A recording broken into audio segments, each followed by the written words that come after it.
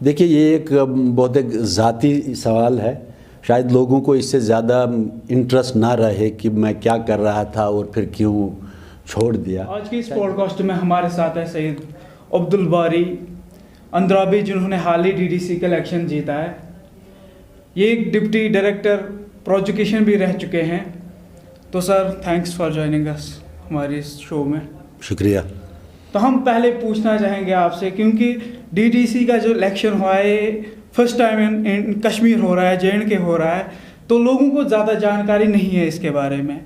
ہم جاننا چاہیں گے کہ DDC الیکشن جو DDC کا کینڈیڈیٹ ہے، آپ جو ہو یا مطلب آپ نے الیکشن جیتا ہے، اس سے لوگوں کا کیا فائدہ ہوگا اور آپ کی کیا ڈیوٹیز ہیں؟ دیکھیے میں آپ کو بتاؤں، یہ DDC والا الیکشن ہے یہ پنچایتی راج ایکٹ کے تحت ہو رہا ہے. پنچایتی راج ایکٹ کی جو سکیم آف تھنگس ہے یہ ایک 3 ٹائر والا سسٹم ہے.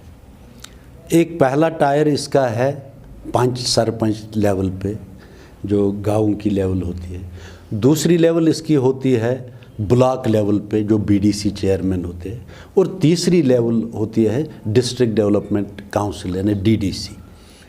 پہلے جو یہاں اس کی جو یہ شروعات ہوئی پہلی ایکسرسائز میں، اس کے صرف 2 ہی ٹائر بن پائے تھے، ایک سرپنچ لیول کی اور ایک بلاک لیول کی. یہ اس وقت نہیں ہو پایا تھا. اب کی بار اس گورنمنٹ نے یہ فیصلہ کیا کہ اس کا جو یہ تیسرا ٹائر ہم بنا لیں گے سو دیٹ جو اس کی سکیم آف تھنگس ہے یہ کمپلیٹ ہو جائے. As per the financial regulations and release of funds for the development of the rural areas of the country, unless the 3 tiers are in place, جب تک نہ یہ تینوں ٹائر کا وجود آ جائے گا تب تک وہ فنڈ ریلیز مسائل بہت رہتے ہیں. اسی حوالے سے یہ ایک خوشائند بات ہے اور ہم شکر گزار ہیں اس سسٹم کے جنہوں نے اس پنچایتی راج ایکٹ کی جو سکیم ہے ان تینوں ٹائروں کو کمپلیٹ کرنے کی جو یہ ایکسرسائز کی اور یہ کمپلیٹ ہو گیا. ٹھیک ہے سر. سر دوسری بات یہ ہے کہ لوگ جاننا چاہتے ہیں کہ آپ ڈپٹی ڈائریکٹر ہو کے وہ جاب آپ نے چھوڑا، چونکہ موقع وہاں پہ بھی ملتا تھا لوگوں کی خدمت کرنے کو، تو آپ وہ چھوڑ کے پالیٹکس کیوں جوائن کیے؟ دیکھیے یہ ایک بہت ایک ذاتی سوال ہے. شاید لوگوں کو اس سے زیادہ انٹرسٹ نہ رہے کہ میں کیا کر رہا تھا اور پھر کیوں چھوڑ دیا. شاید لوگ اس کے ساتھ زیادہ کنسرن نہیں رہیں گے. لیکن پھر بھی میں ایک بات کہوں گا، ایک گورنمنٹ آفیشیل کا جو ایریا آف ایکٹیویٹی ہوتا ہے لمیٹڈ ہوتا ہے. Like I was working in police in the prosecution wing. So where I could help people or be of some utility would have been limited to the working of the police. So that gives it a very limited scope.